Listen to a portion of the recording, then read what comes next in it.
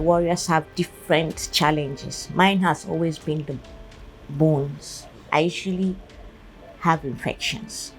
So it happened again, and I almost lost my leg because of the carelessness of one of the teaching hospitals here in Nigeria. They didn't know what they were doing, and they kept saying they knew what they were doing until they almost, rendered me useless. Until at a point, I almost lost my leg and all that. Still, I had to be flown abroad, and then I got my legs back. That was the peak of me realizing that I'm living with a challenge. This is not always going to be rosy. So imagine warriors that don't even have access to simple folic acid. I mean, I had everything I needed, but then I went through a lot trying to cope with this disorder. So that has been terrible. And then I've had terrible experiences with doctors in Nigeria. They lack communication skills. How many patients here have sickle cell disease? 1 in 4 Nigerians carries the sickle cell gene, making Nigeria the global epicenter of the disease. As Africa's most populous country, over 40 million residents are carriers. Each year, 300,000 babies are born with sickle cell disorder worldwide, with an estimated 150,000 of them from Nigeria. Tragically, due to lack of awareness and access to proper care, 100,000 of these babies in Nigeria don't survive beyond the age of 5. These stark statistics from the Sickle Cell Foundation Nigeria are sobering and heart-wrenching, highlighting the urgent need for action. It has been very challenging.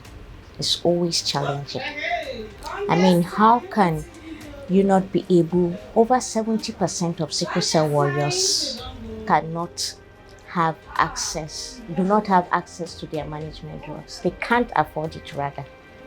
Talk up more of healthcare. You have to take your management drugs every day of your life. So it's not something that you can even skip. You have your folic acid, you have anti-malarials, you have your multivitamins, and you have other sickle cell routine management drugs that keeps a warrior very healthy. So if a warrior cannot afford that, then they go into serious crisis. And sickle cell is all about management, from the water you drink, from the food you eat, from the management drugs and all that. If you have this available, then 70% of your problem is gone. You'll be able to control the number of times you fall into crisis. But without the management drugs or good nutrition, or even water, clean water to drink, you're going to be sick, going to continue being sick and all that. So to say that we're facing challenges is even it's an understatement. Yes, so it's really terrible what is going on. The founder of the Maidunama Sickle Cell Foundation and President Pan-Africa Sickle Cell Federation, Rabi Maidunama, is a true warrior. She passionately advocates that in addition to the exorbitant costs of life-saving medication, individuals living with sickle cell disorder in Nigeria face a dual struggle. They must contend with both the debilitating symptoms of the disease and the devastating effects of discrimination and stigmatization, which can manifest in limited job opportunities, social exclusion, and even strained relationships with family and friends. It affects all parts of your life, from birth, family upbringing, your school, and then you come to employment, and then you come to marriage. As a child, you cannot even play with your peer groups. There are things you can do and things you cannot do. You cannot be allowed to even maybe play football, go swimming with your playmates, or even play past certain, hours and all that. So that's for even children that are growing up. Then when you come to school, you miss your exams because you're having a crisis. You cannot cope sometimes, you miss school, and then when you think you're doing okay, when the exams comes, then the stress will come, and then you end up missing your exams and all that. And then sometimes when you can't even get a makeup for that exam, you have missed. There's no policy that accommodates such challenge faced by warriors. Then it comes to employment. That one is another ball game. Nobody wants to employ you because they want to count the number of days you can come to work. And then what happens when you cannot keep up with them?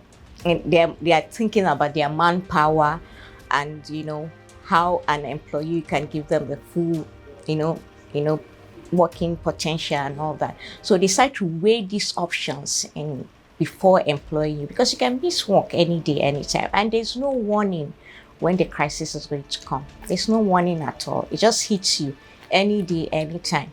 So, and then marriage, you now start to have looking for partners that you're compatible with, which has to be AAs. And then even when you get them, the family now starts complaining how you only have few years to live, right? And why would their family member want to marry you and all that? And then even you within your family, it's like or peer group or friends, people tag you. It's like somebody that is living with a death sentence on their forehead. When you are born with sickle cell from birth, it's like there's a tag on you. People forget there are lots of illnesses like HIV, cancer, and all. Will you discriminate somebody who has cancer? I don't think people will do that. Rabi urges the federal government to consider subsidizing essential medication for warriors living with sickle cell disorder. She stressed that a staggering 70% of Nigerians who are carriers of the condition struggle to afford basic treatment, severely impacting their daily lives and posing a considerable challenge to their well-being. There are two most important things, even as NGO, our target is to create awareness on this disorder and make people, there should be a policy that people shouldn't get married. It's not their right to get married. Bringing forth a child with sickle cell is not something that should be accepted.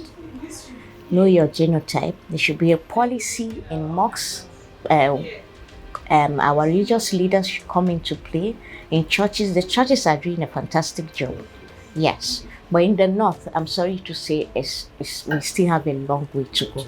So government have to look into that, call our religious leaders and make sure that people don't get married unless they have their genotype are compatible.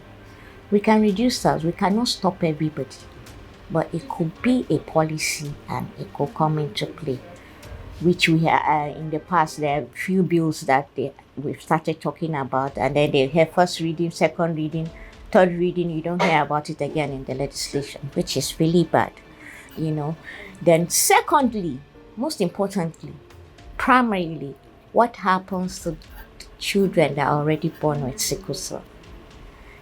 Let there be a bit of subsidy. I know it's not anybody's fault. It's not the government's fault, rather. But there could be subsidy on our drugs, subsidy on healthcare. You need transfusion. You have to pay over 20,000 naira to screen the blood, even if you bring a donor. These are things that could be waived, right?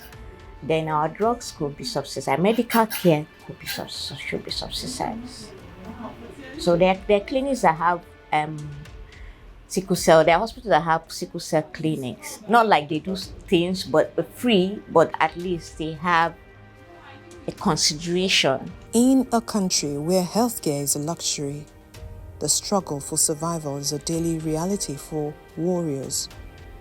Despite being the most common genetic disorder in Nigeria, affecting over 40 million people, the lack of access to proper treatment and medication continues to claim lives.